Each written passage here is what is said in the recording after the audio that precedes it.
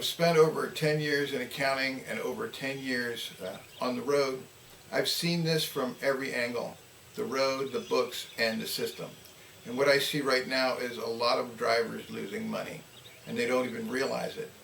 Not because they're bad drivers, not because they aren't working hard, but because they don't have a system. I was brought in to review record keeping and compliance for new operators. And what I saw over and over again was bookkeeping that creates risk. Mixed expenses, missing records, no real understanding of cost per mile. And the problem is you don't feel it right away. It builds slowly until one day you realize you've been working and not actually keeping what you earn. And right now we are in a cycle where everything's getting tighter, fuel moves faster, costs are up across the board. You're starting to hear about fuel surcharges, like that's going to fix it. Here's the truth. If you don't know your numbers, a fuel surcharge can hide a bad load just as easy as it helps a good one. This isn't the kind of environment where you can just run harder and make it work.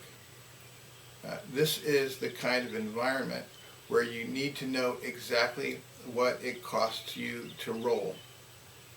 And I know this lifestyle. I lived it.